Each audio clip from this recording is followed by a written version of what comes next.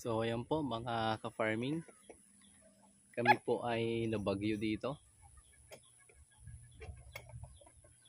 Ayan po ang aking mga bananin.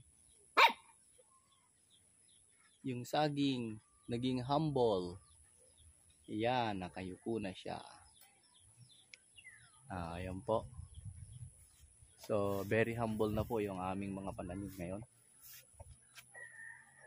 Sana ganyan din ang tao, humble din.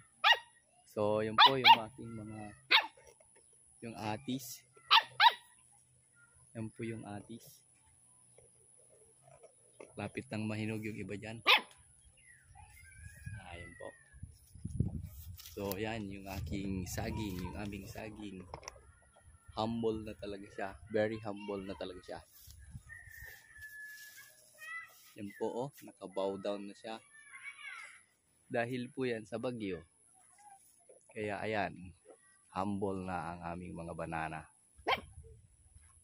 So, yan po ang pain ng farming, pagpa-farming. Pag may mga bagyo, talagang sakripisyo. Kaya sana, kapag may mga produkto or may mga harvest, wag naman sana tawad-tawaran na lang ng mga mamimili. Dahil yan po ang napakalaking sakripisyo ng mga farmers. So, ayan. So, marami pa po doon sa taas. Yung ating mga pananim na nagbow or nagpakababa or humble.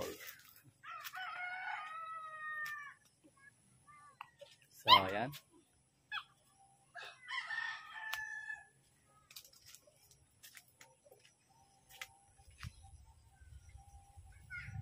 The pain of farming. So, yan po. Update nung bagyo. Ngayon lang po kasi ako nakapag-update ulit.